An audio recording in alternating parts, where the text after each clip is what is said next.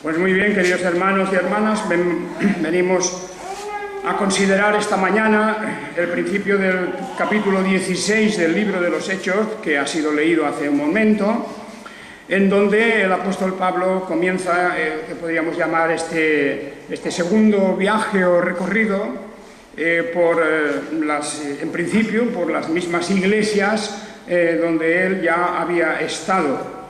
Efectivamente, nos dice este capítulo que después de salir de Antioquía volvió otra vez a recorrer, a pasar por las ciudades de Derbe y de Listra. Las ciudades de Derbe y de Listra. Y hemos de recordar que en el capítulo 14 habíamos dicho cosas interesantes sobre lo que ocurre particularmente en Listra. La ciudad de Listra, si os acordáis todavía de ello, había sido un lugar de gran conmoción para el apóstol y su acompañante, Silas, y en esta ciudad pues ellos habían realizado una gran obra sobrenatural, que fue la curación de un hombre, podemos traducir por cojo, paralítico, algo que no le permitía andar. Un hombre lisiado, un hombre que no podía moverse, que toda la ciudad conocía, como en otros lugares. Y el apóstol, realiza un acto milagroso de curar, de sanar a ese hombre. ¿Os acordáis, supongo, verdad? En Listra, pues, había un hombre inválido de los pies, dice aquí, ¿verdad? En otros lugares se dice un hombre cojo, y que nunca había andado, de manera que era una cosa grave, y fue cuando el apóstol le dice: levántate sobre tus pies, y él dio un salto y echó a andar. Este acto fue hecho a vista de mucha gente, la voz se corrió por el pueblo, por la ciudad aquella, y la gente pensó dentro de sus ideas paganas que los dioses, porque estaban Bernabé en este momento aún todavía no sabían, se separan a partir de aquí, Bernabé también estaba aquí, y llamaban Zeus y a Pablo Hermes porque llevaba la palabra. Y el sacerdote de Zeus fue a ofrecerles sacrificios y los tomaron como dioses. Y en fin, allí fue el revuelo tan enorme, tan grande, que les querían presentar ofrendas y sacrificios, y todo estaba preparado. Y entonces ellos naturalmente rechazaron todas estas cosas. Y recordaréis que después de que el apóstol explicó que lo que pasaba no era un milagro que ellos habían hecho por su propia capacidad, esto venía de Dios, del Dios eterno, del único Dios, y todo ahí parecía que iba bien, pero la multitud les quería ofrecer sacrificios, entusiasmados estaban con aquello que habían visto. Pero en ese momento llegaron unos judíos que venían de Antioquía y de Iconio, y estos empezaron a hablarle a la multitud y dijeron: no, estos hombres son unos embusteros, son gente que falsifica, gente que está engañando. Y se dieron tantas artes en esta manipulación, que volvieron a la multitud en contra de Pablo y de Bernabé, que estaban aquí en este momento. El resultado de todo eso fue que se volvieron en contra de él, y los arrastraron fuera de la ciudad y los apedrearon, y pensaron que incluso Pablo había muerto del apedreamiento, lo dieron por muerto, y entonces después no fue así y salió finalmente de la ciudad. Bueno, todo eso sucedió en Listra. Eso fue lo que había pasado en Listra. Y ahora, en el capítulo 16, nos dice que volvieron otra vez a Derbe y a Listra. Y entonces allí encontraron a un joven llamado Timoteo, en esa misma ciudad. Antes no se había dicho nada, en el capítulo 14 no se ha dicho nada de Timoteo. Ahora, en esta ocasión, Pablo viene acompañado de Silas, ya no es Bernabé, es Silas ahora aquí. Y conocen a este joven que era hijo de una mujer judía pero cristiana, judía creyente, dice aquí. El texto dice que una judía creyente se refiere que era una mujer judía pero que había creído en el Evangelio. Luego nos enteramos, como bien sabéis, en la carta segunda de Pablo a Timoteo, pues acerca de esta mujer, Eunice, ¿verdad? Y de la abuela de Timoteo también.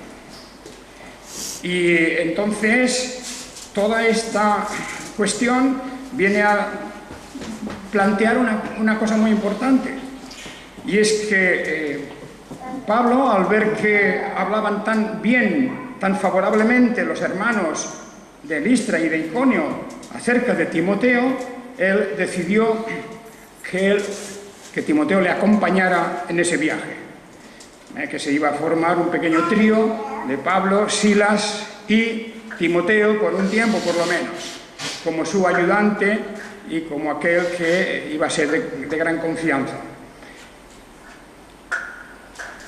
Había un problema también, y es que la madre de Timoteo estaba casada con un hombre que no era cristiano.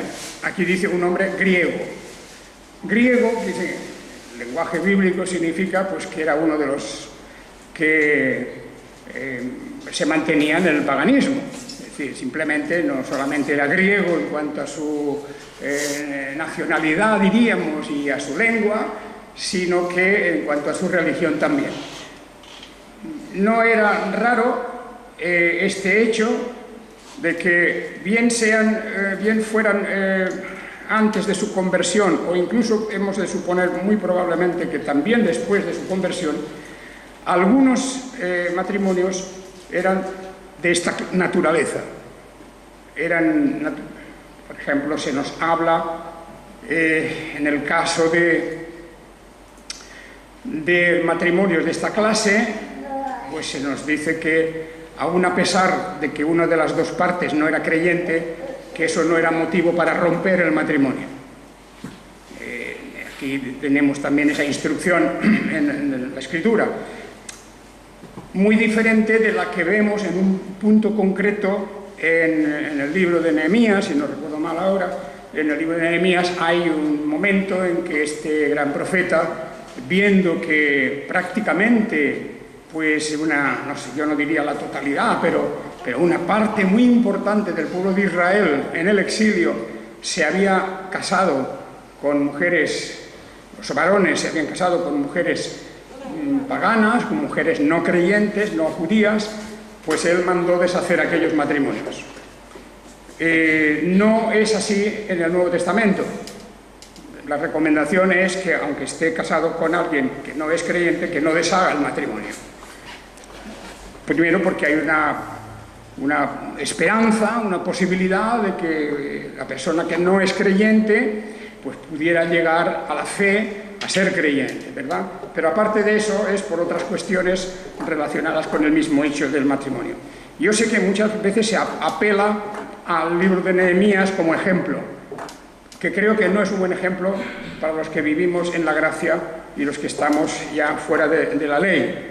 La ley sí que es verdad, la ley en general, incluso en el libro de Deuteronomio ya se habla de la prohibición de Israel de casarse con mujeres de las tribus, o hombres, las mujeres con hombres, de las tribus paganas de alrededor.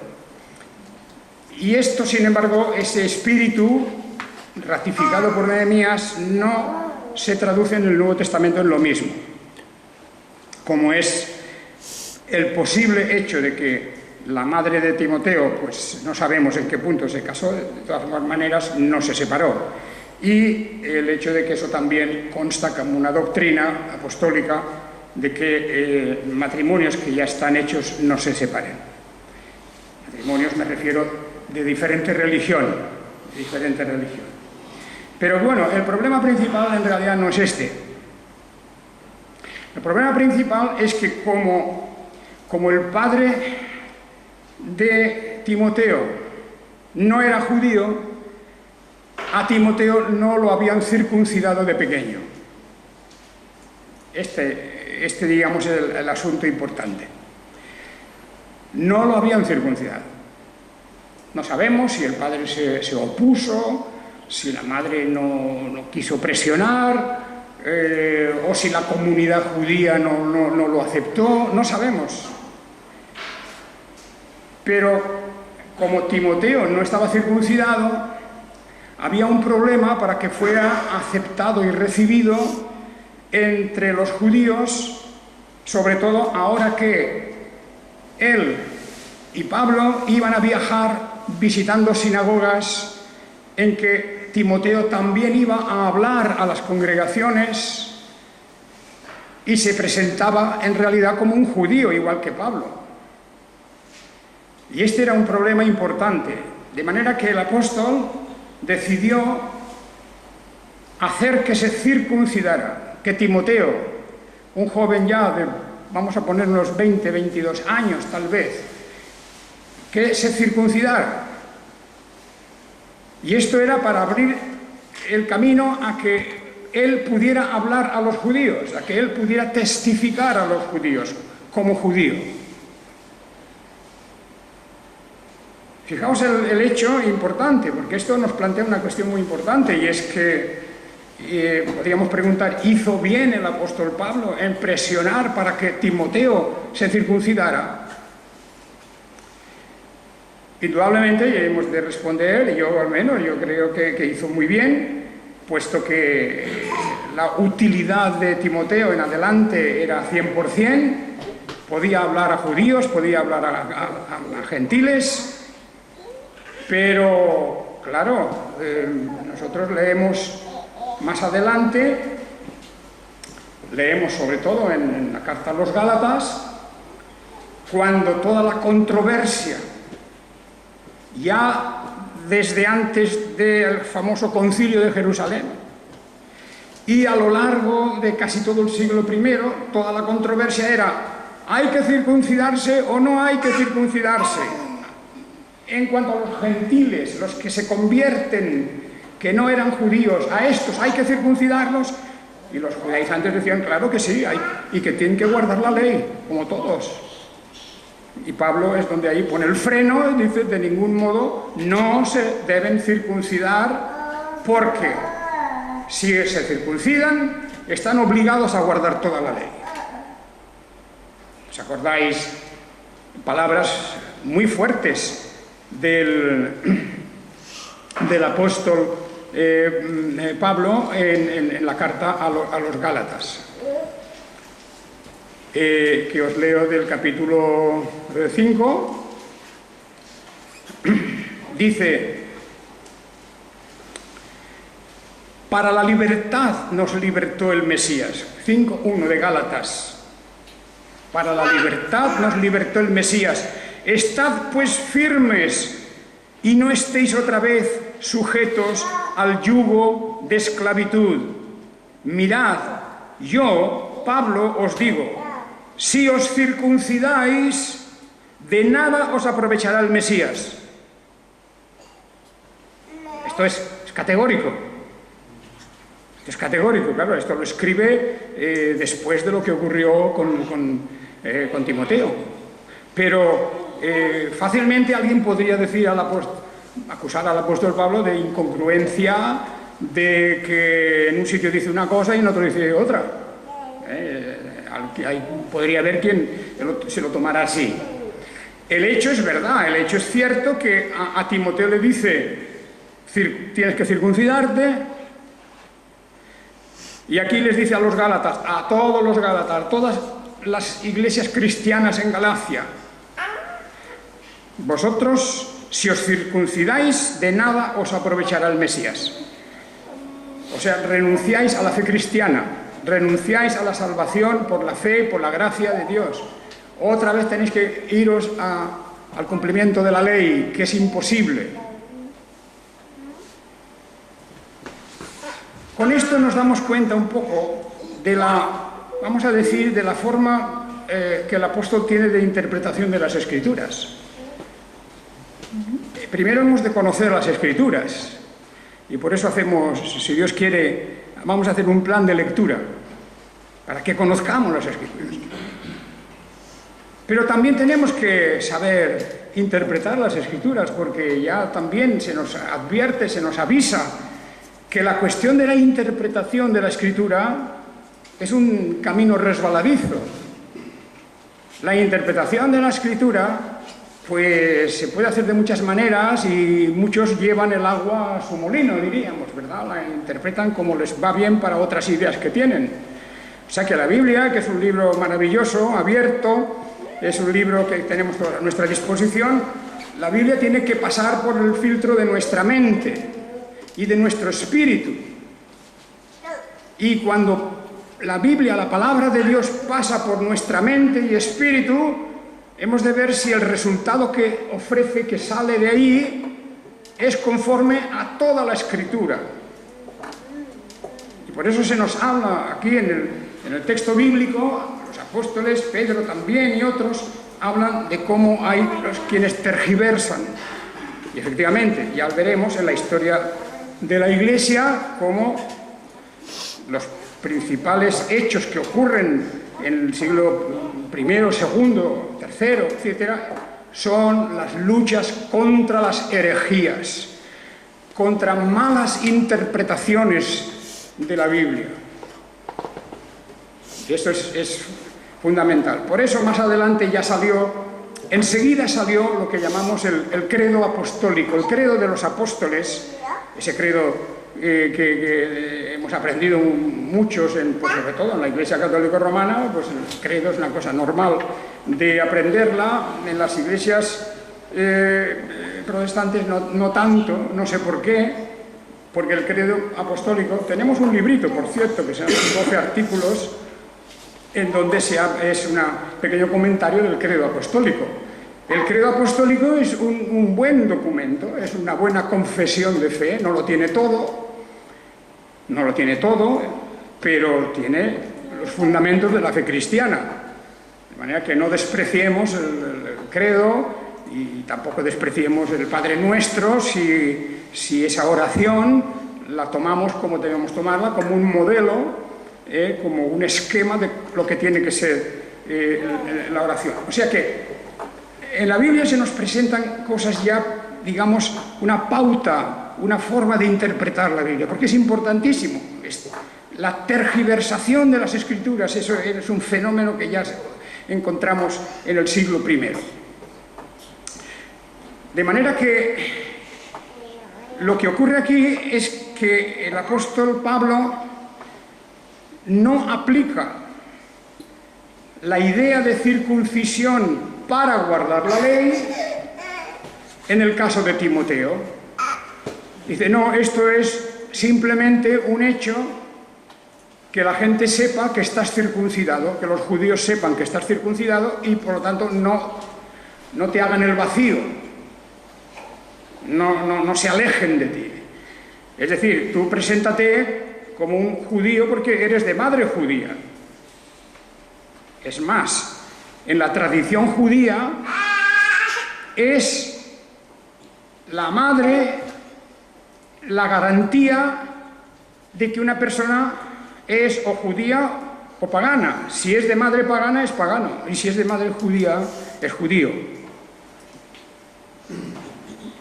Porque es incontestable que la madre es quien ha dado a luz a esa persona. Y por lo tanto es necesario que esa persona, dice, Pablo pensó, necesario que esta persona tenga también la señal del judaísmo, no para guardar la ley, porque acababan de decir en el mismo concilio, o antes del concilio, que no se podía circuncidar a los gentiles, que eso era un paso atrás, que eso era volver al camino de la ley. Pero el apóstol aquí lo hace simplemente como una señal de que pertenece al pueblo judío, lo cual era verdad. Ahora bien, más tarde, en la carta a los Gálatas, allí era otra cuestión. Allí volvían otra vez aquellas iglesias en Galacia, otra vez por la influencia de los judaizantes, de los fariseos, que estaban dentro de la iglesia, volvían a insistir que había que circuncidarse. Pues no. Si os circuncidáis, de nada os aprovechará el Mesías, porque era con otra intención, era otra cuestión. De manera que fijaos que a veces el acto material de circuncidar no significa lo mismo. O sea, si tú te circuncidas para guardar la ley, entonces Cristo no te sirve para nada. Pero si el apóstol Pablo le dice a Timoteo, vamos a circuncidarte, porque es que si no, no puedes venir conmigo, no podrás entrar en las sinagogas, no podrás no podrás hablar, etc. Y por lo tanto, lo solucionan de esta manera. Bien, yo no sé si eso la explicación satisface o no, pero yo sinceramente creo que esa era la situación y también es una lección en cuanto a la flexibilidad que tenemos que tener en ciertos hechos. La aplicación de la Biblia a rajatabla es necesaria en muchos aspectos, en muchos lugares, sobre la redención, por ejemplo, y la salvación misma, la persona de Jesucristo y todos, una serie de doctrinas que no admiten, como ya veremos en el estudio de historia, que no hay componendas. Pero hay otras cuestiones que sí que admiten, no diría yo la flexibilidad de la conveniencia, sino tal vez la flexibilidad, por una parte, del amor a las personas, de la situación en que se encuentran y de una serie de hechos que nos hace pensar en la lectura de la Escritura con otro espíritu, que no sea el puramente legalista. El legalismo es fácil, porque es coger literalmente, y la persona que coge la Biblia todo literalmente, pues pronto o tarde se pilla los dedos, porque por algún lado nos coge esa lectura de la Biblia tan literal. Es muy importante eso. Muy bien, pues ¿qué va a ocurrir aquí? Pues nada, que sí, que Pablo circuncidó a Timoteo, que Timoteo iba a ser una pieza muy importante no solamente en este viaje y todo digamos, el recorrido que iban a hacer, sino en el tiempo futuro. Tanto es así que el apóstol escribió más adelante 2 cartas a Timoteo, que ya conocéis, 2 cartas muy importantes en cuanto se trata de la conducta en la Iglesia y de varias doctrinas muy prácticas. Por ejemplo, pues aparece todo lo que se refiere a los ministerios de los diáconos, de los ancianos, del propio Timoteo como anciano que estaba encargado de la predicación. Pues, hacemos una distinción entre el anciano que ayuda al gobierno de la Iglesia y el anciano que se ocupa de la predicación, que son predicadores que han sido llamados y dotados y, diríamos, aprobados por la congregación para eso. Todas estas cosas aparecen en las cartas primera y segunda a Timoteo, que es una fuente importantísima de orden dentro de la Iglesia y de los fundamentos que hemos de tener para vivir como cristianos en comunidad, porque el cristiano no puede aspirar a decir yo soy cristiano solitario, como el famoso llanero solitario, ¿verdad? No puedo ir por ahí solitariamente. Se es cristiano para estar en la comunidad y para sujetarse a las reglas y al gobierno de la Iglesia y, en definitiva, a todo lo que la palabra de Dios nos está diciendo. No se concibe, aquí en la Biblia, no se concibe el cristiano solitario. a no ser que es que viva en el desierto solo, ¿verdad? Y no tenga ya con quién comunicarse, o que esté en un pueblo donde no hay nada. Pero el cristiano es el cristiano comunitario, de la asamblea. La palabra iglesia es la palabra que significa asamblea, que significa congregación, que significa reunión de gentes. Y esto es lo que realmente importa a esta hora. De manera, no hay contradicción en el apóstol Pablo, en este caso.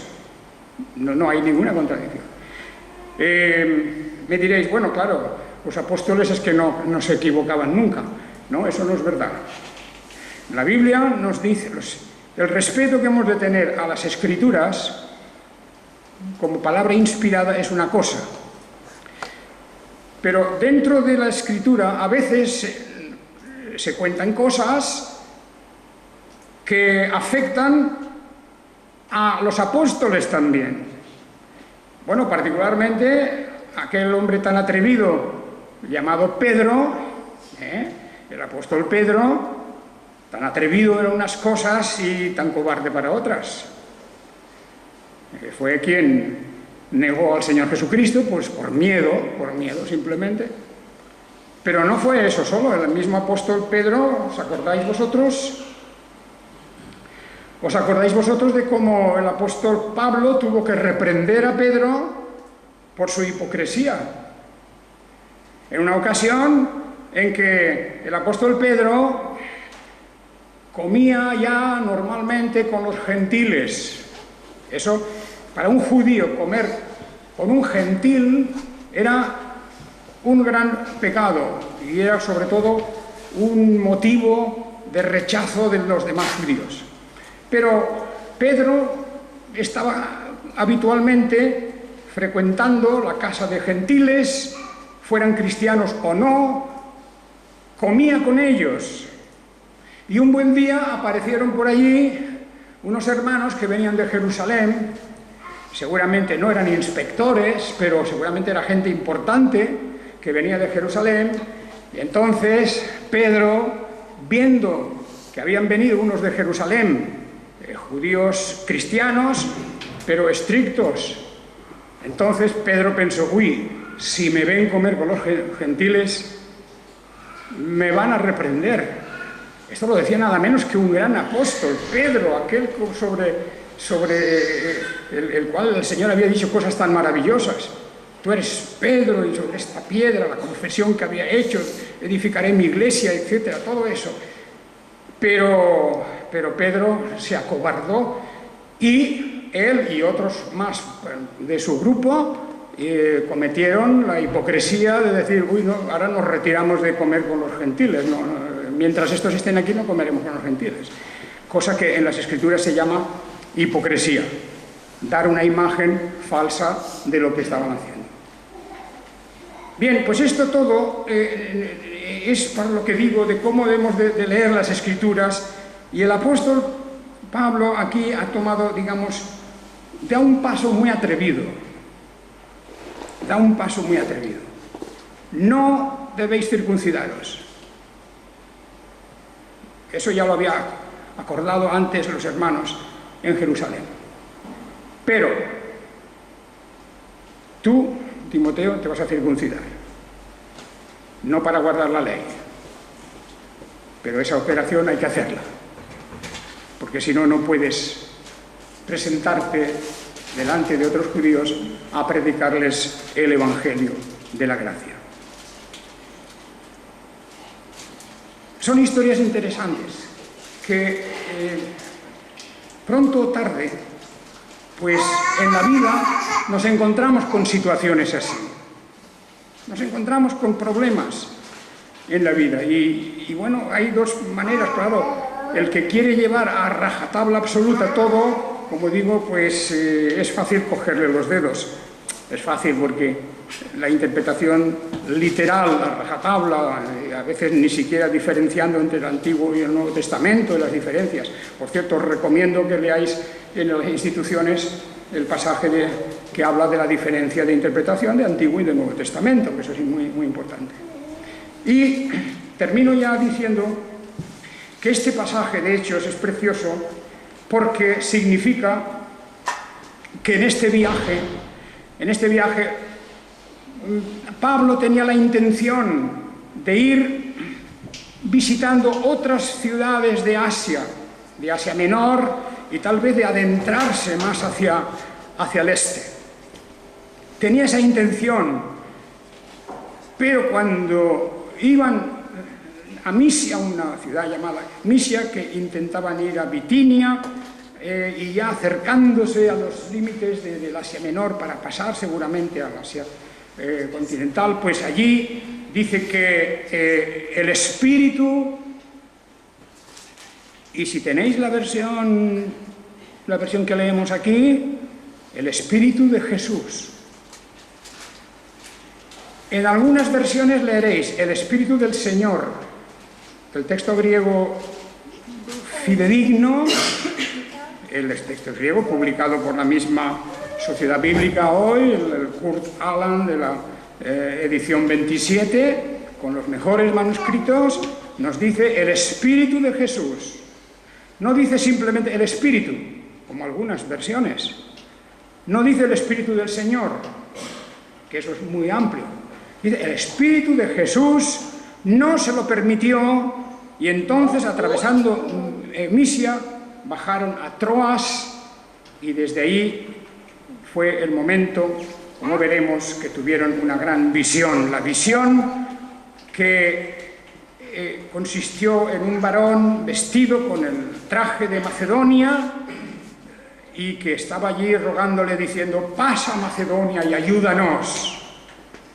Y Macedonia ya está en territorio de Europa.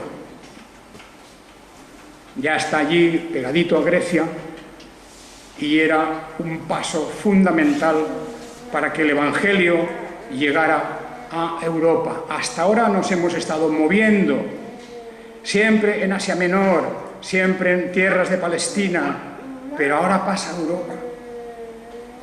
Y ahora veremos ya Filipos de Macedonia primero, pero luego veremos ya Tesalónica, veremos Éfeso, ya veremos en tierras de Grecia mismo, Corinto y Atenas, y ya el Evangelio se empieza a extender como a una ola imparable que va avanzando y avanzando, que llegará hasta Roma, que llegará hasta aquí, hasta 100 kilómetros de Barcelona, hasta Tarragona, llegará a todos estos sitios y llegará por el norte de África, y es un reguero de pólvora que al terminar el primer siglo ya realmente el Evangelio está bien asentado e instalado a pesar de las persecuciones.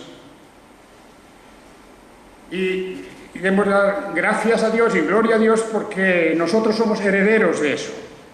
Estamos aquí hoy porque la palabra de Dios fue transmitida, como la pólvora se extendió. Y así nosotros hemos de tomar ejemplo, porque el testimonio es algo fundamental de la gran misión de la Iglesia, ir por todo el mundo y predicar el Evangelio. Y en eso estamos, si Dios quiere, por los medios que Dios nos dé de aquí hasta que Él venga. El Señor os bendiga y seguiremos el domingo próximo, si Dios quiere, con este viaje ya por tierras de Europa, empezando en Filipos de Macedonia. Y ahora, queridos hermanos, vamos pues a concluir nuestro culto de hoy.